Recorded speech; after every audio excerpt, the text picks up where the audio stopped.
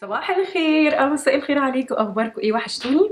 النهارده فيديو جديد معايا، انا مروه يحيى، انا ميك اب ارتست مصريه، وهنعمل اللوك ده مع بعض. اللوك ده جديد، في فكره جديده اكيد انتوا شايفينها، وهي النمش. حبيت ان انا اعمل اول فيديو ده لان انا طول عمري نفسي اعمل مكياج النمش واشوف شكلي بالنمش هيكون عامل ازاي. فانتي لو مهتمه وعجبك اللوك ده كملي معايا الفيديو للاخر. طيب احنا ابتدينا بالحواجب. عملت الحواجب زي ما عملتها في الفيديو اللي فات بالظبط. لو انتي ما اتفرجتيش على الفيديو اللي فات هحط لك هنا اللينك بتاعه، ادخلي عليه هتلاقيني شارحه الحواجب بالمنتجات اللي استخدمتها. اللانسز بتاعتي النهارده هي من ديسيو ديليشيس هاني عسلي، وحاطه زبدة كاكاو من ذا بادي شوب على شفايفي. واول حاجه هنبتدي بيها هي العين. النهارده انا حاطه حوالين العين كونسيلر من ميبيلين ايدج ريوايند درجه ميديوم. والنهارده احنا هنستخدم باليت واحده بس للعين وللوش ولكل حاجه. هنستخدم باليت بانفيت اسمها تشيك ليدرز.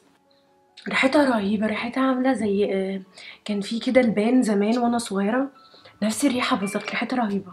الباليت التحفه دي جايباها من اوريجينال ميك اب فور يو بيج على الانستجرام والفيسبوك، هتطلع لكم هنا. اوكي، الصفحه الاونر بتاعها اسمها او صاحبه الجروب دي اسمها شيماء، بنت في منتهى الذوق والاحترام. لو حابين الباليت ممكن تروحوا تشتروا منها وتقولوا لها ان انتوا جايين من طرف مروه يحيى. الاول اطبطب لو في اي خطوط. بصوا هنا انا طبطبت، هنا انا ما طبطبتش الكونسيلر عمل كريسز، يعني عمل خطوط فوق العين، دخل في الخطوط لان هو حاجه طريه ولسه ما اتثبتتش. هثبتها بماك ستوديو فيكس درجه NC 35 بفرشه من سيجما رقمها E50 اهي. شكلها بيكون عامل كده. اوكي، هاخد حبه عليها زي ما انتم شايفين واثبت فوق عيني. اوكي، دلوقتي هاخد الدرجه اللي هي اسمها دالس بفرشه من سيجما رقمها E40، فرشه دمج زي ما انتم شايفينها منفوشه. اوكي، هاخد دلوقتي درجه هولا برونزر علشان احطها في الكريس عشان ادفي كسره العين. بس يعتبر ما فيش اي شادو قوي النهارده، بس في نفس الوقت انا مش عايزه اسيب العين تكون فلات زي العين دي كده. مع المكياج ما بتبقاش شكلها حلو، انتي بس بتكسري العين او بتدفيها. هاخد من اللون ده. الخطوه دي اوبشنال، ممكن انتي تسيبي العين لحد كده وممكن تضيفي لمعه بسيطه على الجفن المتحرك، اختياريه بالنسبه لك، اعملي اللي انتي عايزاه. انا قلت اضيف بس عشان يبقى فيه لون. ودلوقتي هاخد قلم الحواجب من سيجما درجة ميديوم وابتدي امرره اقرب ما يكون لخط الرموش،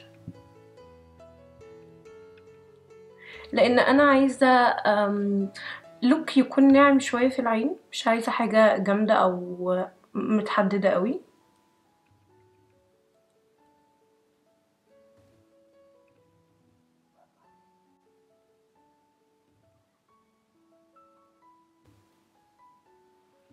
عملت خط الايلاينر حاجه ضعيفه جدا جدا جدا زي ما قلت لكم، عشان انا عايزه اللوك الناعم ده للعين.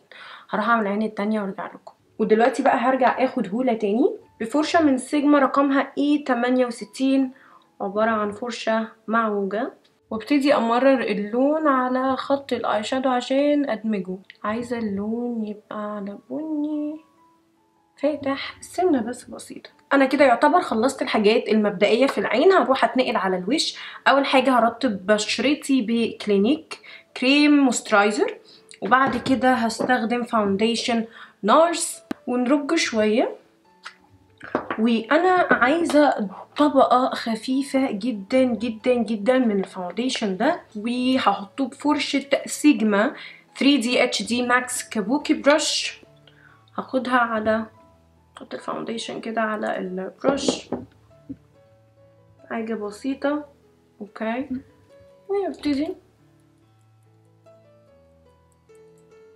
لان انا عايزه الكار تكون خفيفه خالص. لو حسيت ان بشرتي عايزه تاني ازود خدت نقطة كمان، ابتدي ازود شوية الكفرج في نص الوجه.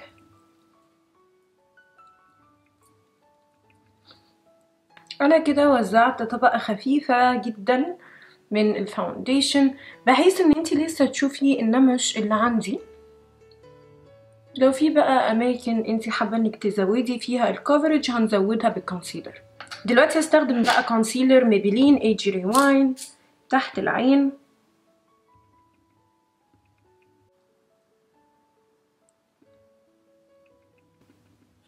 لو انتي في بقى اماكن عايزة تزودي فيها الكفرج زوديها. ممكن نحط هنا كده على جناب الفم بس، وابتدي ادمج.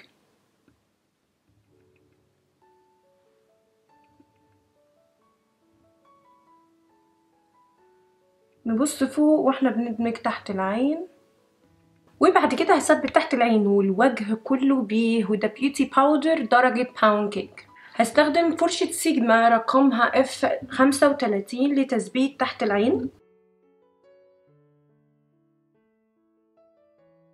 بعد كده هرجع للباليت وهبتدي ان انا اخد هولة برونزر وادفي الوجه شوية، وهدفي الوجه باستخدام الفرشة بتاعة بنفيت.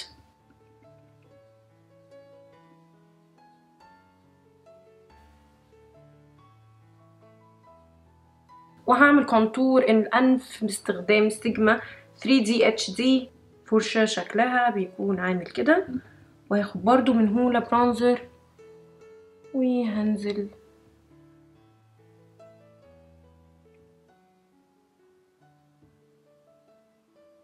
بعد كده هاخد بلاش الدرجة دي ممكن ميكس مع دي بفرشة سيجما رقمها F40.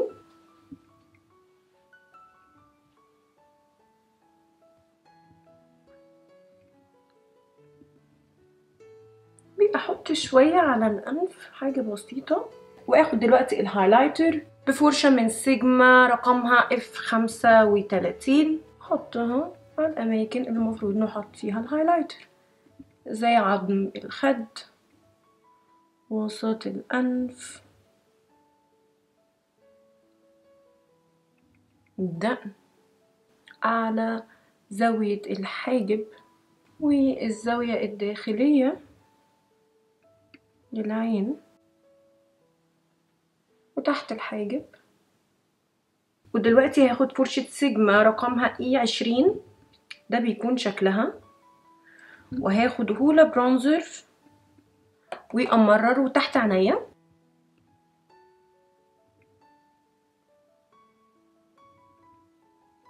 ودلوقتي هروح احط الرموش وارجع لكم تاني. حطينا الرموش وحطينا ماسكارا من تحت، وهحط دلوقتي كحل خط كده بسيط من جوه العين من كحل سيجما.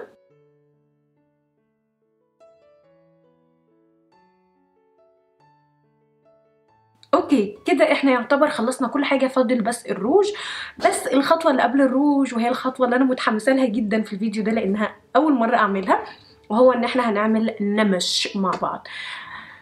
انا وحشني الصيف بصراحه، احنا في تلج احنا في تلج، فانا وحشني الصيف جدا، وحبيت ان انا اعمل حاجه كده تفكرني بالصيف.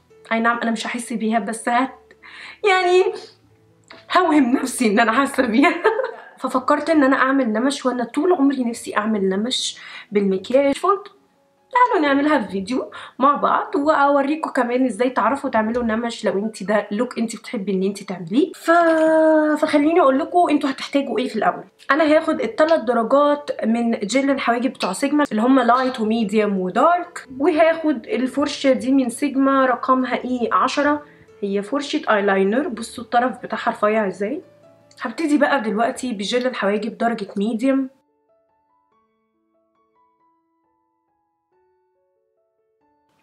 بالمنظر ده، واعملي نقط بقى براحتك، يعني اعملي نقط خفيفه تقيله كبيره صغيره، اهم حاجه بس انها تكون عشوائيه عشان يبان ان هو شكله طبيعي.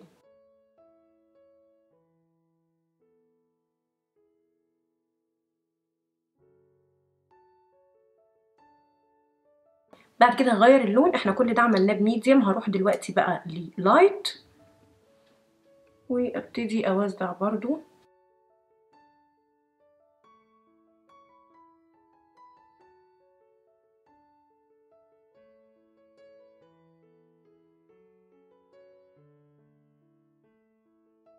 بعد ما وزعت النمش على الوش كله، حبيت ان انا اجي عند الجزء بتاع الانف والخدود، لان المنطقه دي هي اكتر منطقه بيبقى فيها النمش. حبيت ان انا ارجع لها تاني واركز اكتر النمش فيها، يعني اخلي نقط كتير جنب بعض بضغط مختلف، يعني خفيف وتقيل، عشان يبان شكلها طبيعي الى حد ما.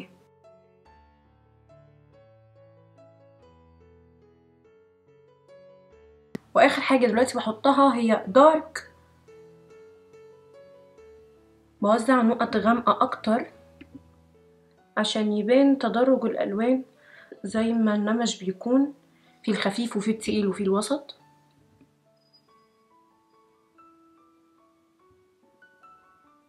البنات اللي بيبقى عندهم نمش دولت بيبقى في وشهم كمية براءة فظيعة. النمش سمعت عنه وصف جميل قوي، وهو حبيبات رمل الجنة تتناثر في وجه الفتاة. جميل قوي الوصف. وهسيب الجل شويه ينشف علشان يتحول ووتر بروف. بعد ما عملنا النمش هنحاول نخففه شويه عشان يندمج مع الوش. هاخد باودر ماك 35 انسي 35 وامرره.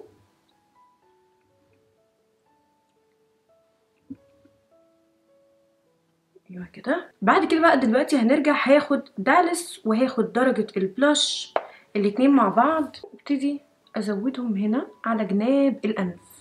اللي عندهم نمش على طول تلاقي الحتتين دولت عندهم محمرين شوية او لونهم متغير شوية، ده بيخلي النمش يندمج اكتر مع الوش بشكل طبيعي.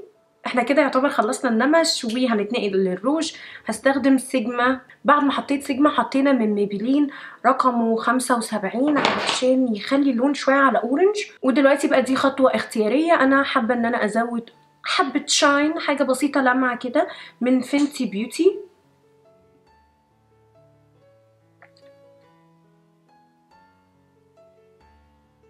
ولو انت حبيتي تشتري اي حاجه من منتجات سيجما هسيب لكم تحت اللينك اللي انت تقدري تعملي من خلاله تسوق الكتروني، وكمان هتقدري تستفادي بنسبه خصم 10% لو كتبتي الكود بتاعي. الكود بتاعي ظهر لكم تحت او على الجنب على حسب، وهو اسمه مروه يحيى من غير سبيس من غير فواصل، مروه يحيى كلمه واحده. لو كتبتيها وانت بتعملي تشيك اوت من الموقع هتحصلي على نسبه خصم 10% على كل منتجات سيجما. وبعتذر لكم لو عيني حمراء او عماله تدمع، بس انا عينيا تعبانه جدا جدا ومرهقه، وما حبيتش ان انا اتاخر عليكم اكتر من كده، ولكن من ساعه فيديو سيجما وانا عينيا مش متظبطه نهائي. وكده نكون خلصنا لوك النهارده. يا رب تكونوا اتبسطتوا بيه واستمتعتوا بيه، حاجه جديده حاجه فن. وبوسه كبيره لكل البنات اللي عندها نمش، بوسه كبيره قد ايه انتي اموره وقد ايه انتي حلوه، وقدري النعمه اللي ربنا مديها لك. والكلام ده لاختي عشان انا اختي عندها نمش، فقدري يا ندى النعمه اللي ربنا مديها لك. وما تنسيش انا بكتب لك كل حاجه انا مستخدماها تحت في صندوق الوصف اللي تحت الفيديو بالعربي وبالانجلش. بكتب لكم كل حاجه يا بنات، اي فيديو ليا هتلاقيني كاتبه لكم كل حاجه انا مستخدماها. لو عجبك الفيديو ما تنسيش تعملي لايك على الفيديو، تكتبي لي كومنت ايجابي، واهم حاجه تشتركي في القناه عشان تشوفي اي حاجه جديده انا انزلها. قناتي مختصه في المكياج والالوان، وبنعمل لوكات جديده على طول مع بعض. واشوفكم المره الجايه ان شاء الله على الف خير. باي باي.